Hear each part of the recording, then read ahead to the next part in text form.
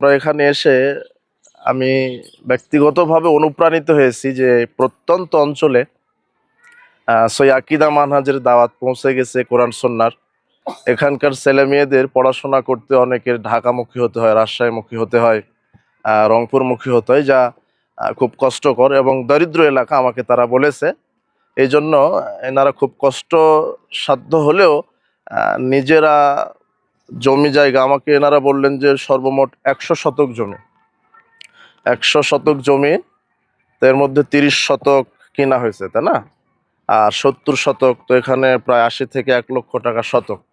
তো প্রায় এখনো তাদের জমি ক্রয়ের জন্য এখানে 80 থেকে 100 লক্ষ 1 কোটি টাকার মতো প্রয়োজন। তো আপনারা দেশ এবং প্রবাসের যে যেখান থেকে আমাদেরকে দেখছেন, শুনছেন, প্রতিষ্ঠান সম্পর্কে অবগত হলেন, আপনারা এই প্রতিষ্ঠানের জন্য একত অন্তর থেকে আল্লাহর নিকটে দোয়া করবেন খালেস অন্তরে। আল্লাহ সুবহানাহু ওয়া তাআলা যেন প্রতিষ্ঠানটিকে কবুল করে নেন।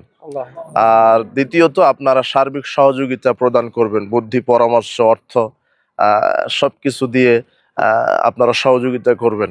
আল্লাহ সুবহানাহু ওয়া তাআলা যেন এই মাদ্রাসাকে কোরআন এবং সহিহ সুন্নাহর, তাওহীদের এবং নবী করিম সাল্লাল্লাহু আলাইহি ওয়াসাল্লামের বিশুদ্ধ সুন্নাতের মারকাজ হিসেবে কবুল করেন, এবং এখান থেকে যেন বিশ্বব্যাপী এই কোরআন এবং সহিহ সুন্নাহ সালাফিয়াতের ইলমটা যেন আল্লাহ সুবহানাহু ওয়া তাআলা প্রসার করে দেন। বারাকাল্লাহু ফিকুম, জাযাকুমুল্লাহ খায়র, সুবহানাকা আল্লাহুম্মা বিহামদিক, আশহাদু আল্লা ইলাহা ইল্লা আনতা আস্তাগফিরুকা ওয়া আতুবু ইলাইক। আসসালামু আলাইকুম ওয়া রাহমাতুল্লাহি ওয়া বারাকাতুহু।